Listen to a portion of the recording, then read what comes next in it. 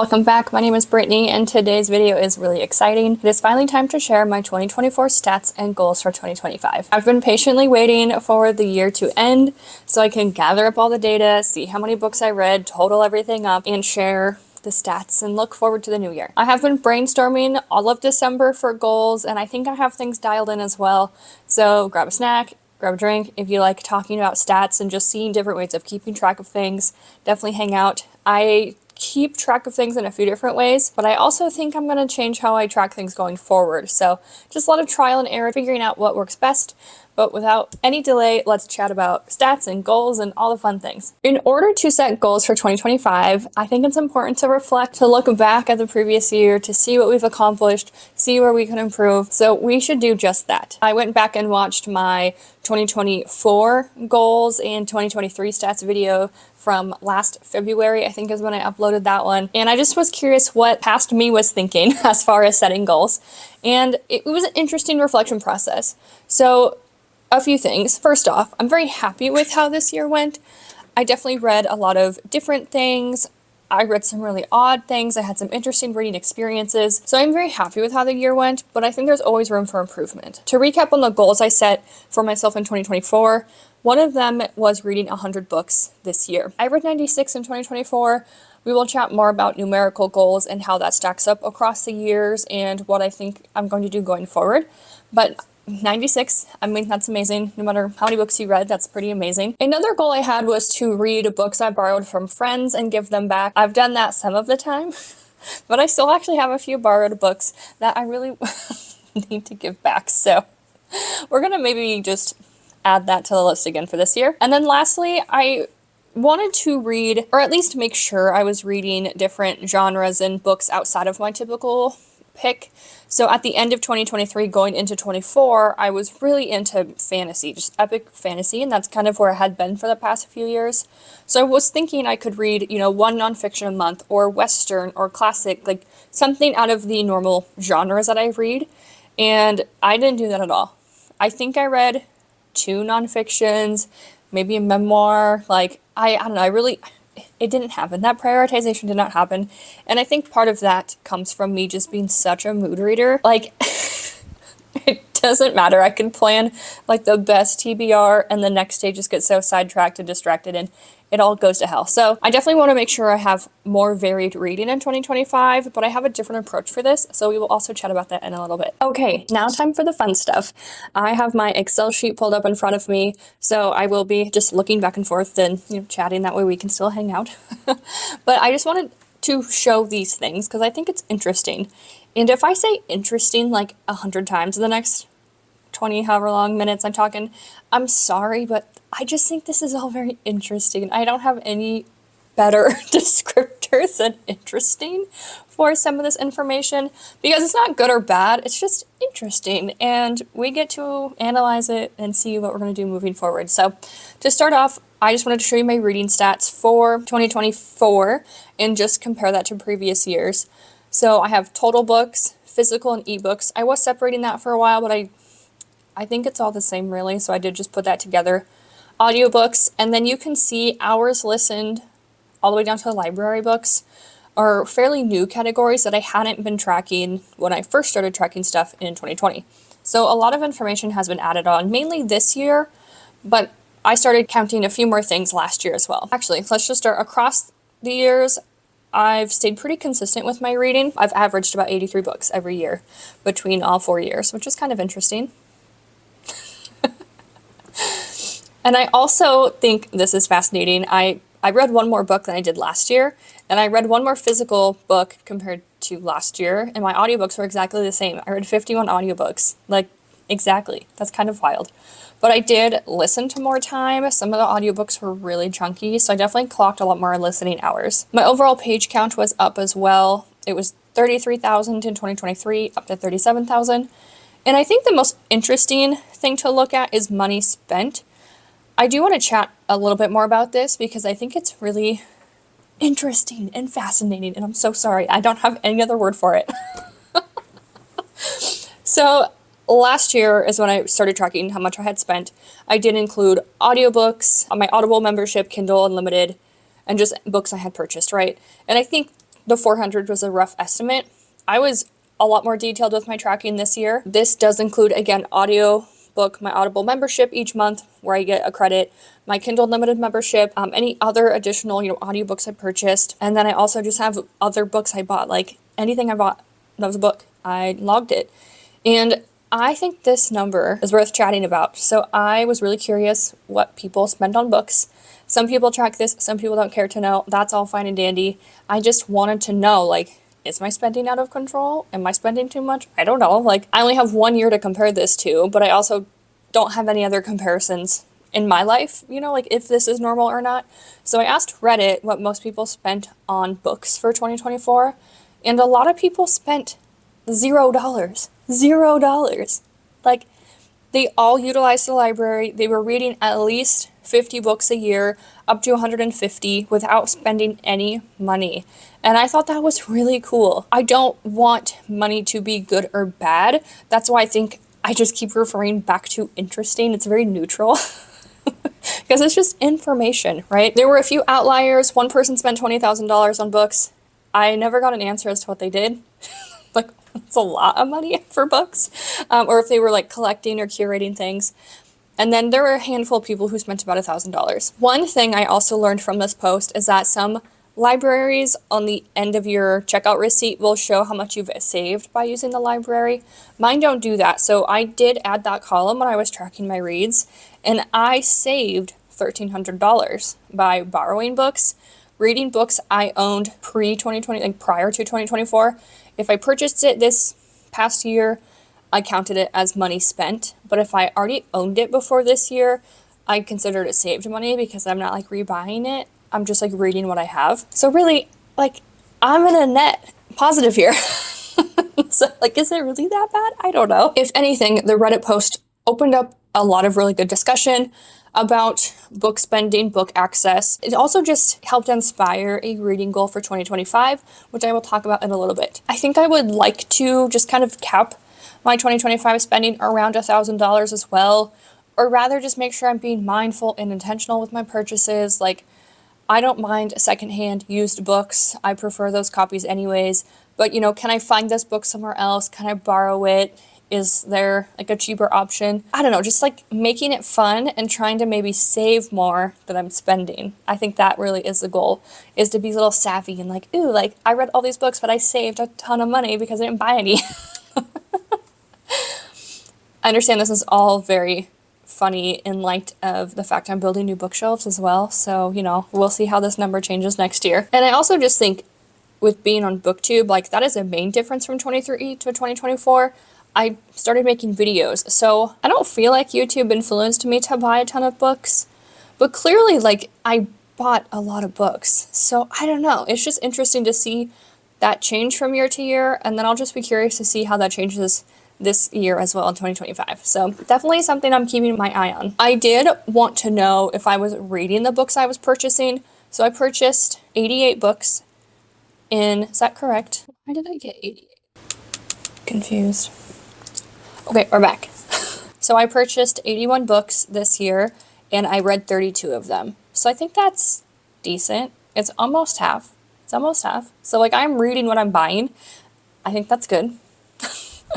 One thing I also wanted to make sure is that I was reading books I owned. I did include like purchased and owned because once you buy them, they're yours. But this included books from previous years and books I bought this year. So I did read 20 books from my own shelves, which is great. I wanted to know also if I was maximizing my Kindle Unlimited membership. I did notice last year in 2023 compared to 2024, I was starting and restarting my KU membership multiple times throughout the year. If I wasn't using it, I would cancel it and then I would rejoin for a cheaper price. I never did that this year. I just let that membership roll. I only read 9 Kindle Unlimited books. So at $11.99 per month for the membership, that's $143 a year.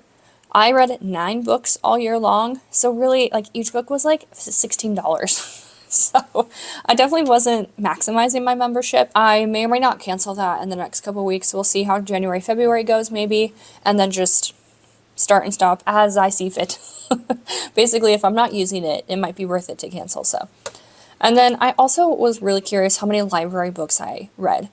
not Libby. Libby is easy to get, you know, books on your phone to listen or read. But I wanted to know, like, physical library books, how many did I read? And that number's a little sad. It's only 8. So we will talk about that some more. But I just want to show you now all of my different spreadsheets I made. This is just the overview, and I'll show you how I got some of these numbers. So this is my spending spreadsheet. At first, I was using iCloud. I was writing this down in notes. Like, I had this on a lot of places, but I think Excel makes the most sense because it does all the math for you. Let's be real. And the year before, I like hand did all the math for my stats, and that was like, that's a lot of math. So I didn't do that this year. What I did is I just tracked like January, all the books I purchased. I have like my haul total. Like, so on the first, I don't remember the dates exactly, but I spent $30 for the haul. But then I have the individual prices of the books. That way I know like how many books I'm buying at one time. So I got 3 books for $30, about $10 each, or one of them was super cheap. Some of these are estimates, and then as I started keeping track of this a little bit better, they're a lot more accurate. I had like a great haul at the library sale. I love that. So haul total, individual prices, the format of the book, obviously ebook, audiobook, physical book, where I got it from. So if I read a book from my Kindle Unlimited subscription, I counted that as like an $11 book. Why did I do that? I don't remember my thought process here with this unused statement. But anyways, I don't know. We'll come back to that if I remember what I was thinking. Anyways, and then the title of the book. So to figure out how many books I purchased, I made sure all my filters were reset. It's not showing up, but all of these little like drop downs next to the title like have like check boxes so you can select and unselect things. So if you just select all of the books in that column minus the title, that will count as something. Oh, I do have 88 books that I purchased. Oh, it's counting the Kindle Unlimited ones. Let's get rid of those. Huh. So I read 75 books. Oh well. Anyways. Yeah, I don't know what I was thinking with that Kindle Unlimited thing.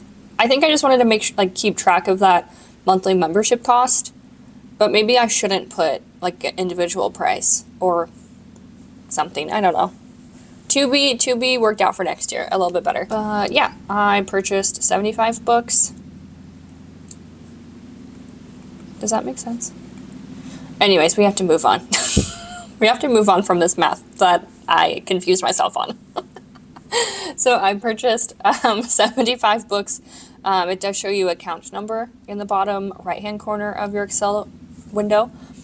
And then I read 26 of those. Interesting. The math ain't mathing, but that's fine. Anyways, I did read 29 books out of the 75 I purchased, give or take a couple others from Kindle Unlimited. That's how we'll just wrap that up.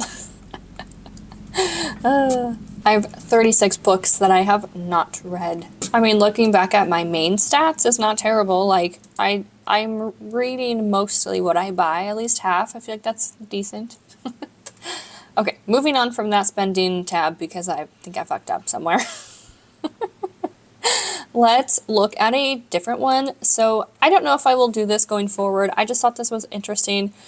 I had started keeping track of all the books I mentioned in any TBR video, or like the random one-off comments of like, oh, I want to read that. That sounds interesting. I kept track of that. So I have like what video number it's featured in, the title of the video, and then the books mentioned. Let's see. Okay, this is in alphabetical order. What I did is I also kept track if I mentioned something more than once, and that was obnoxious. So Annie Bot I mentioned 4 times before I finally read it. Chain Gang All-Stars 4 times before I finally read it. The Faithful and the Fallen 5 times. Like, we need to get it together. But this is what I'm telling you. I mean, as far as being like a mood reader and just, it's hard to like stay focused sometimes. So I was just curious, like, if in general I was reading anything I was telling you about. So I left my duplicates blank so it wouldn't count towards like the number of books I've mentioned. So if we get rid of all my blank tabs under red, yes or no, we're just left with our yes or no's. And then let's see how many books I talked about. Just select all of them. I chatted about 158 books that I wanted to read, and I read 57 of them. I don't know if that's great math. Let's see. I can't do math, you guys. This is awful. So I mentioned 158 books. Reading 57 gives me 36% of the books I've talked about that I've actually read. I think that could be a little bit better, but at the same time, when I watch other book content creators, it doesn't bother me if they don't read something they talked about. If you're doing a read-along, a buddy read, or you're doing a live show or something, like, and you have a deadline, that's obviously a different story. Like, that commitment is there. But for just, like, little old me, like, reading books, I feel like it's not that big a deal. So, I don't know. Let me know what your thoughts, if that really, like, bothers you or not. Okay, moving on to my 2024 stats. This actually really bothers me. I need to figure out how to get this in order again. It's all at least color-coded by date, but now it's alphabetical instead of by, like the date of the year. I don't know how to fix it. But I have all my books logged here for 2024. I started with date, title, the series that it's part of. We have our author, the format of the book. I do like to know that, whether it was audiobook, physical book, or ebook. But again, I count my ebooks and physical books together. The source, was it a credit used from Audible? Was it an Audible Plus listen? Because those are included in your membership. Did I own it? Did I purchase it? Was it a Libby book, a KU book? Spotify, I don't count Spotify in my, like, bookish money spent. That membership's like $15 or $16 a month. I commute for work, and so I already owned Spotify Premium before audiobooks came out. That's just like an extra bonus, but I do want to try to maximize that for 2025. But I just look at that like freebie books. Like, they're free. I would have had the membership anyways. If I purchased it the day I purchased it, and this is where I get into like how much I spent on a book if I purchased it, and then how much I saved if, like, these two, Perfume and Rock, Paper, Scissors, were library and Libby books. I basically just looked on Amazon, like, how much the copy of the book I listened to, like, how much that was, and then put that in money saved. If there's narrators, and then I rounded to the nearest hour for audiobooks, page numbers. I do want to track genre a little bit better next year, and that's it. That's what I got. The way I got my totals for 2025 was just by these little drop-down boxes by the title, like, format. There's a drop-down box. It's not showing you, I think, on the screen what they are, but I can just select what I do or don't want to see. So I can uncheck audiobooks, ebooks, physical books, or all the blank, like, lines I have, which don't matter. But we can see all my audiobooks that I listened to, and that's how I got the total number of audiobooks and the number of hours by just selecting those columns. My page count for audiobooks was 22,676. That's kind of cool. And then I saved $863 on audiobooks and spent $141. So kind of cool how there's just a bunch of different ways you can, like, filter this, which is neat. Let's go back to all. The way I got my, like, books read, like, that I purchased and owned, I just did owned and purchased. So you can see purchased and owned. I read 20 of them. Let's see. I bought Lapvana this year. I already owned Sunreach. Annie and Baby X, for example, I purchased this year, but I owned them, so I read them. I'm giving myself credit for that. Yeah, I just think there's a bunch of different fun ways to do that. If we reset the filters, I spent $336 on books that I read this year, and let's clear that. And I saved that 1,366. That's how I got that number. So really fascinating to look at things this way. Let's chat about library books for a second. I just want to look at library books. So I only read 8 library books, and I think that's really sad. With that Reddit post I did talking about finances and money spent, I just really loved how people were able to read so many books and spend no money, like $0. I thought that was so cool.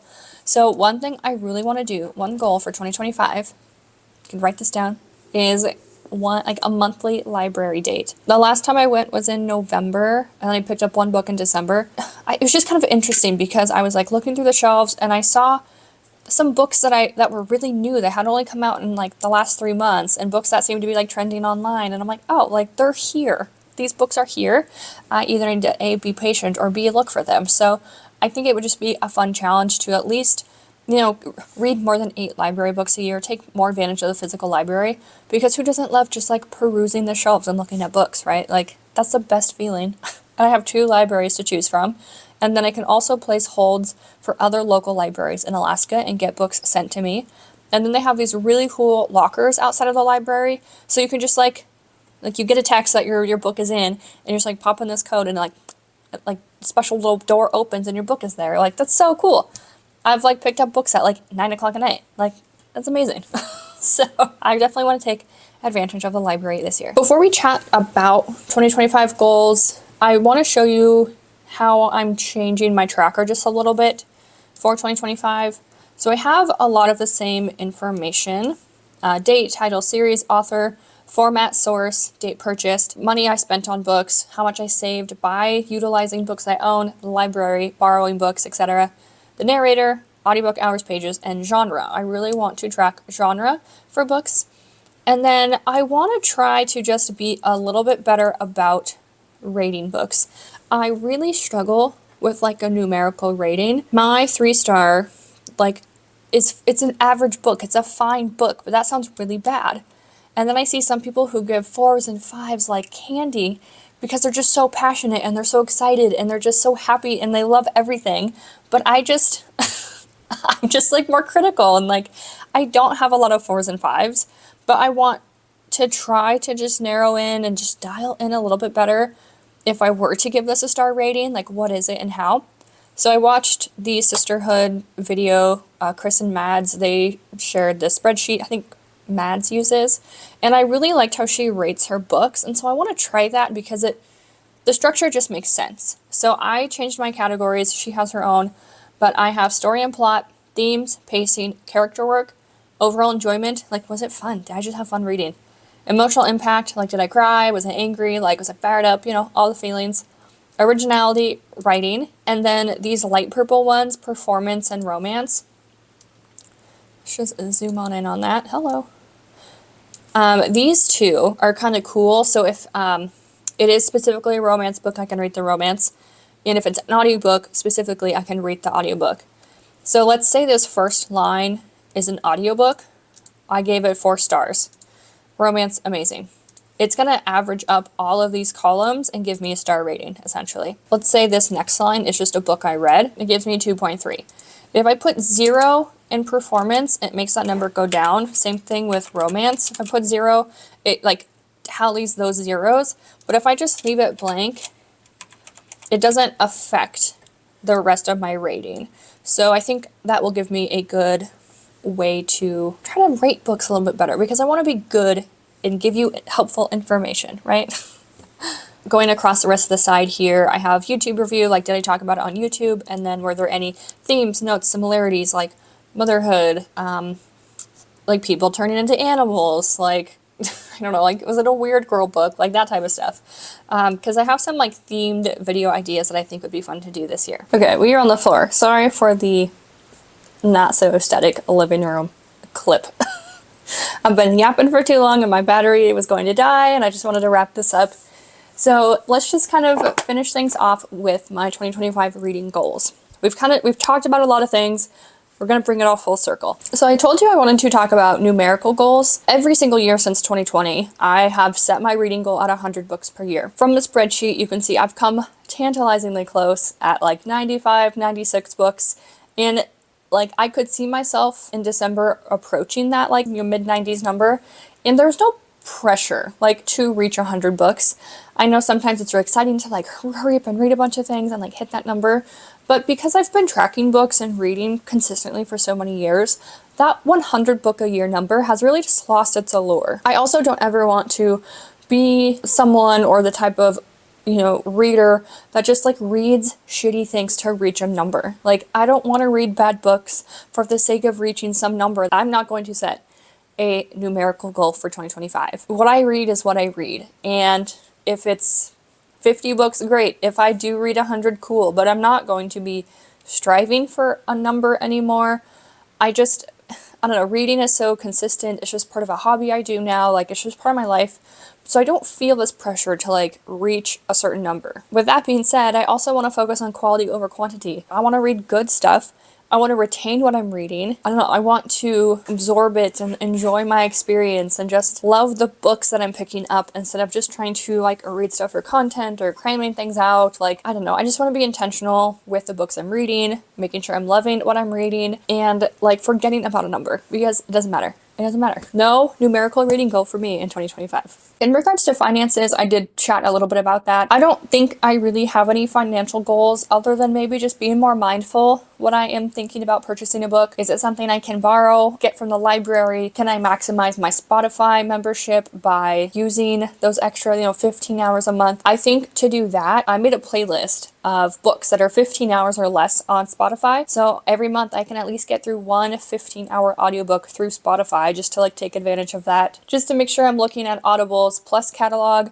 I got through 6 books within that catalog that are essentially like for free. Like, I mean, I really want to take advantage of that, either using Kindle Unlimited or canceling it if I'm not using it. Just things like that to maximize, pause memberships, be more intentional, using the things I have, and reading the books I own first. Like, trying to prioritize some of those. And another thing is maybe not purchasing multiple copies of the same book. I have heard Stephen Pacey is an amazing audiobook narrator for the First Law trilogy. I own the physical trilogy.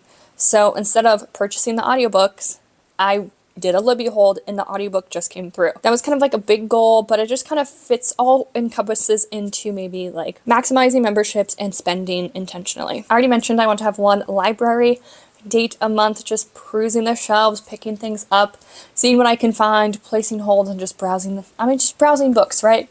I feel like that just feels like you're book shopping in a way, and I just think that'd be really fun. So that is a goal, is to definitely prioritize the library more. Just love it. It's just so lovely in there, and I just want to hang out in the library more. The next thing, this is more so for just, your information if you're curious. I think I'm going to focus more on seasonal TBRs versus monthly TBRs. I had been doing monthly TBRs most of 2024, but towards the end of the year, life just got a little heavy there for a bit, so I did kind of back off from YouTube, and I did a seasonal TBR to encompass the snowy months like November, December, January, February. And I really liked that structure and format because I had more time to pick a certain vibe of books, and I liked that. So I'm still kind of working through that winter seasonal TBR right now, and it was less overwhelming than the structure I had been doing previously, with having this giant book menu of like 30 plus things to read, and then I was like adding basically to the list of books I talked about but didn't read. Because sometimes it's overwhelming to just have so many options. It's nice to then have options as a mood reader, but finding that happy medium of like options but not too many, so then things are getting read and I'm not getting distracted or overwhelmed. I will still keep my format of making sure I have at least like a physical and an ebook read and an audiobook, like making sure I'm planning those things out intentionally, because there are already a few books on my radar that I know I'm going to listen to. So I just want to have those audio and physical TBRs nice and stacked. And lastly, the last goal I want to talk about is varied reading. The one book of X kind of genre each month, that format just doesn't work for me. For being honest, it feels like an assignment at that point. But I think I'm going to do a bookish bingo. I have kind of tweaked the bingo board I showed you in my 2025 reading journal, and I think I'm going to do a whole video on the bingo board I made and how I'm going to fulfill some of those prompts. But I think that will give me a fun challenge. I mean, who doesn't love playing bingo, right? But also just options and different categories of types of books to read. This just feels more digestible to do within a year versus like a dead set, like monthly thing. So I think that's what I'm going to try in order to make sure my reading stays nice and varied for 2025. That's it. Oh my gosh, I've been talking forever. Those are my reading stats for 2024, my goals for 2025. Do you track your reading? Do you like this kind of stuff? And if so, did you find anything interesting? I really want, like, the YouTube fam, I want to know, like, what your book spending looks like. That was just the most interesting thing I found through my own tracking of that. And then what are some goals you have? How do you feel about a numerical goal? Do you have strong thoughts about it? Like, I don't know. Let's just chat in the comments down below. Happy New Year, and I will see you in the next one. Bye!